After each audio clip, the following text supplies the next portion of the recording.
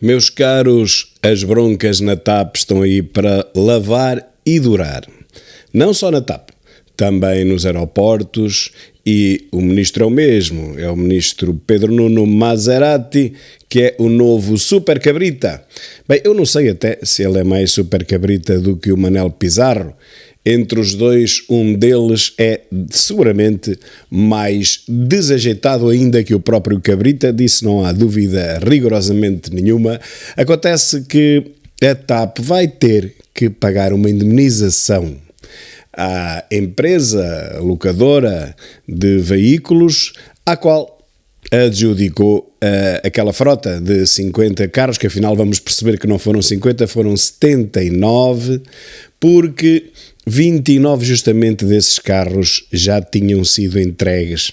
Já tinham sido entregues até a 29 administradores antes de ser cancelado o negócio. Os gestores da TAP começaram a receber os novos BMW já, que tanta polémica causaram nos últimos dias. Foram entregues no total 29 veículos e acresce que no final do contrato, agora denunciado pela própria TAP, não se limita a 50 veículos, mas sim a 79, isto porque aos 50 automóveis para os gestores da TAP há que acrescentar ainda mais 29 carros da marca BMW para os gestores da Portugália Airlines, que é uma companhia aérea que faz parte do grupo da TAP. Os primeiros carros foram entregues antes de ter arrebentado a controvérsia pública, que levou a um coro de críticas desde o Presidente da República aos sindicatos da TAP.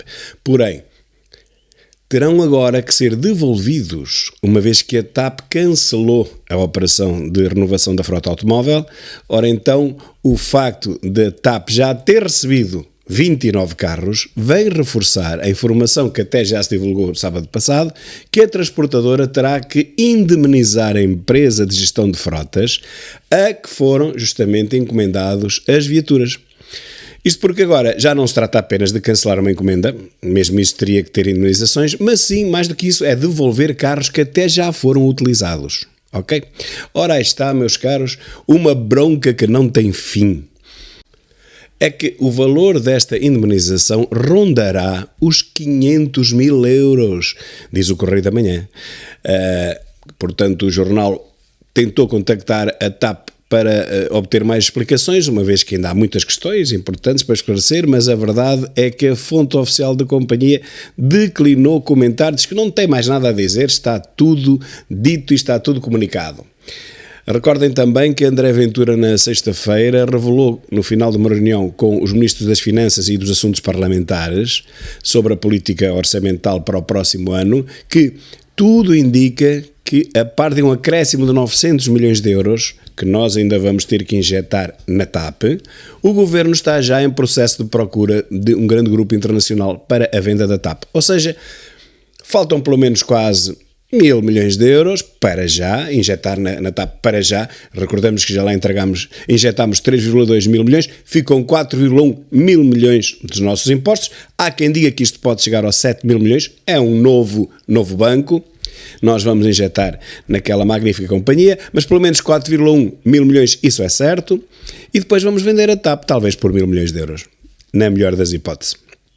E recordo também que a TAP, em grandes dificuldades financeiras, criticou a própria ANA, a concessionária dos aeroportos, que pertence à francesa Vinci. Nós já vendemos tudo o que tínhamos, não é? Depois desta ter anunciado que apresentou uma proposta de atualização das taxas aeroportuárias reguladas com data de entrada já em fevereiro de 2023, sendo o novo modelo previsto agora no contrato de concessão. Quer dizer, a TAP reclama porque vai pagar mais taxas, entretanto não usava os slots que lhe eram atribuídos, mas queria mantê-los em seu poder, ou pelo menos o ministro Pedro Nuno assim o disse, e agora vai ter que pagar 500 mil euros de indemnização, pelo menos, porque desfez um negócio que era no valor de 600 mil euros e renovava a frota de 79 veículos.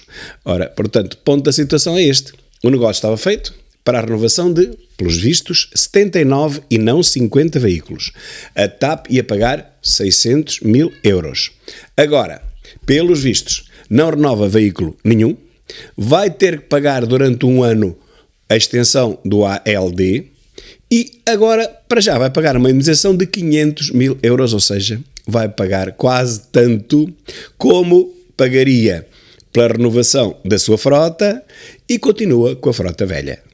Acresce que vai pagar ainda mais porque vai ter que renovar o contrato de aluguer por mais um ano. Portanto, é ruína sobre ruína.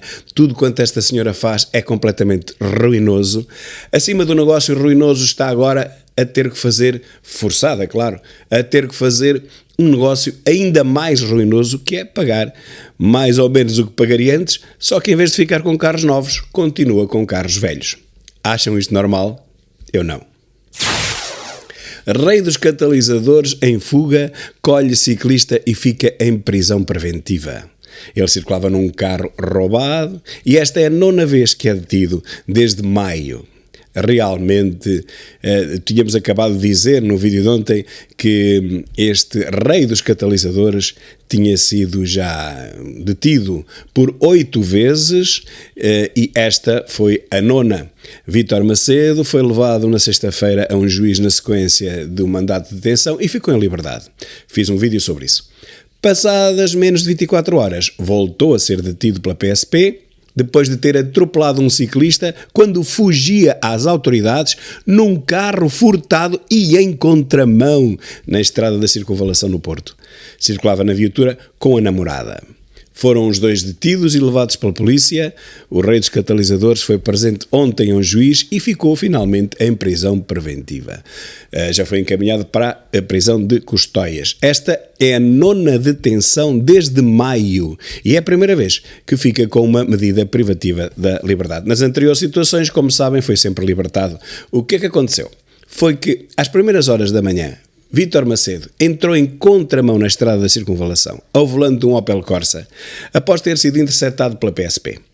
Seguiu a alta velocidade, levando a que outros automobilistas tivessem que se desviar dele. Os outros é que tiveram que se desviar dele, que ele ia em contramão. Já perto do Hospital da CUF, ele atropela um ciclista de 62 anos que estava acompanhado por outros 3 colegas. O embate foi forte e fez com que o capacete que a vítima trazia para se proteger se partisse. Sofreu uma fratura na clavícula e pequenos hematomas nos membros e foi transportado para o Hospital Pedro Espano em Matosinhos. Mas nem o forte embate e o facto de um dos vidros do carro ter partido fez com que o rei dos catalisadores abrandasse. Não. Mesmo com a bicicleta presa debaixo do carro, tentou arrancar a grande velocidade para fugir. Acabou por ser parado pelos agentes e foi detido. A viatura furtada em que Vítor seguia foi rebocada pela PSP. No interior foi encontrada droga. Ao que se apurou, o rei dos catalisadores tinha estado no bairro da Pasteleira, onde terá comprado os estupefacientes. O carro foi furtado em Valongo. E, finalmente, aqui temos o rei dos catalisadores, que já conta com mais de 150 furtos, 150 crimes, finalmente em prisão preventiva. A justiça tarda, mas tarda cada vez mais. Mais uma vez, não fosse a exposição mediática de tanto crime, de tanta vez que ele foi detido e exatamente libertado o mesmo número de vezes, e este rapaz seria libertado outra e outra vez. Provavelmente chegaria a 50 vezes se não fosse a comunicação social. Por último, a função pública perde 1 mês de salário por ano. Em 2 anos provavelmente perderá 2. E quando falo na função pública, estou também a referir-me praticamente a toda a gente, porque mesmo aqueles que trabalham no privado, se calhar a diferença é pouca e não sei até se no privado não será pior. Mas vejam que os funcionários públicos vão perder em média, por via da inflação, 1 salário no conjunto deste e do próximo ano. Um crescimento galopante dos preços neste ano e no próximo, apesar do seu abrandamento previsto, vamos lá ver se vai verificar isso, terá um efeito arrasador nas remunerações. No conjunto dos 2 anos, considerando a taxa de inflação e os aumentos salariais em cada um destes anos, os trabalhadores do Estado perdem 7% do ordenado. Em 14 meses, esta desvalorização imposta pelo aumento dos preços corresponde à perda de 1 salário inteiro. E aqui, 1 salário num ano, mas eu digo 1 salário no outro, porque para o ano que vem vai ser igual. São 2. A análise dos dados é esclarecedora. Em 2022, os funcionários públicos tiveram todos um aumento salarial de apenas 0,9%, não chegou a 1%. E a taxa de inflação será de 7,8%, segundo o Banco de Portugal, que eu nem acredito, o Governo até disse menos. Para o próximo ano, os trabalhadores do Estado terão aumentos diferenciados, sendo o aumento médio de 3,9%. Esta média é falsa, porque 1/3 dos trabalhadores da função pública recebe apenas o salário mínimo. A taxa de inflação será de 4% e também ninguém acredita nisto, eu pelo menos não acredito, e portanto neste caso a coisa estaria lá por ela, um aumento de 3,9% para uma taxa de inflação de 4%, mas nada disto é assim, porque a maior parte dos funcionários públicos recebe muito pouco. 1/3 só recebe o ordenado mínimo e depois há outros que vão chegar até aos 3.000, 4.000, por aí fora, juízes, magistrados, médicos, por aí fora. Com base nestes dados, conclui-se que os vencimentos da função pública perdem 6,9% em 2022, este ano que está a decorrer, e 0,1%, mas ninguém acredita nisto, para o ano que vem, num total de 7%. Mais do que isso será este ano. O Governo propôs aos sindicatos um aumento salarial diferenciado para os cerca de 742 mil funcionários públicos, meus caros. São 742 mil. O intervalo de aumentos varia entre os 2% para os trabalhadores com vencimentos mais altos, brutos acima de 2.600 euros, 2%. Depois, 2.600 euros brutos, atenção, a pessoa traz para casa 1.600 no máximo. E 8% para os funcionários com ordenados mais baixos da administração pública, que é justamente o ordenado mínimo, 705 euros hoje em dia. Na última sexta-feira, o Governo aumentou o subsídio de refeição em 40 cêntimos, o que contribuiu para um aumento salarial, dizem eles, de 3,6% a 3,9%. Bem, estas médias são o que de mais falso há, porque 40 cêntimos não dá nada disto para ordenados que não sejam os mínimos. Já há uns dias fiz um vídeo sobre isto, sobre a falácia das estatísticas que dizem tudo aquilo que nós quisermos. Realmente não se pode falar em aumento médio, a não ser que se explique como é que é calculado este algoritmo. Se é aplicado a todos os trabalhadores, e neste caso seriam 742 mil, é absurdo, tudo diferenciadamente. Aqueles que recebem, por exemplo, o ordenado mínimo, que vão receber os tais 8%, que equivale aos tais 52%, até isso está errado, 52 euros. Se fizerem as contas, 52 euros não corresponde a 8% de 705. 8% de 705 corresponde a mais de 56 euros e não 52, portanto, ou estão a mentir relativamente aos 52 ou estão a mentir relativamente aos 8%.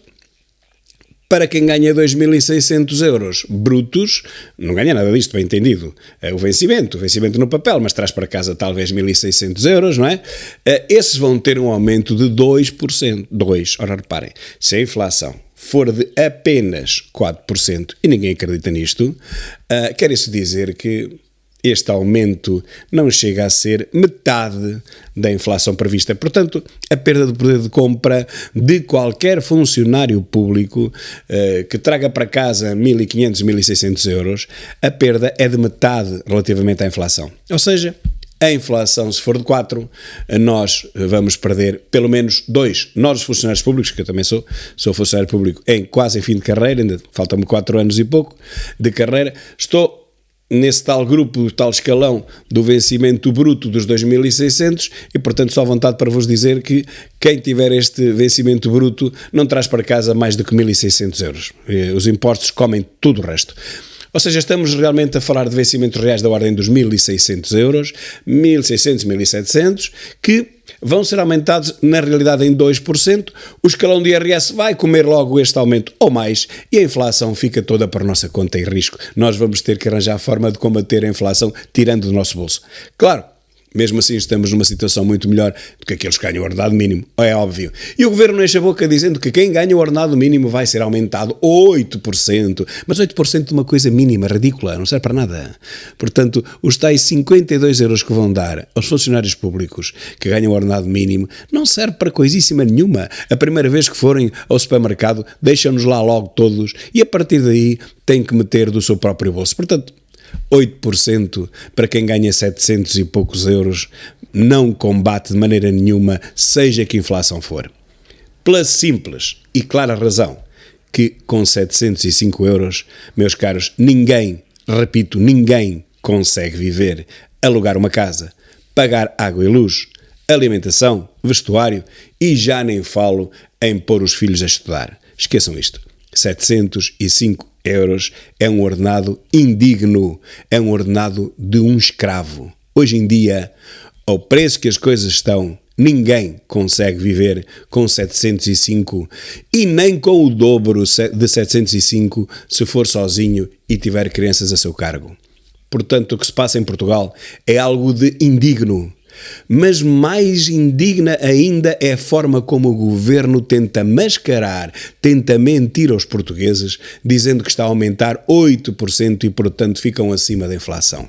Eu gostava de ver António Costa a ganhar 705 euros, a ser aumentado 8%, portanto, os tais 56 euros, e depois querer ver como é que ele continuava a comprar aquelas casas todas que ele compra a baixo preço. É indigno. É uma situação envergonhante, provavelmente a mais envergonhante dentro de todos os países da Europa, chamada desenvolvida, à qual nós cada vez pertencemos menos.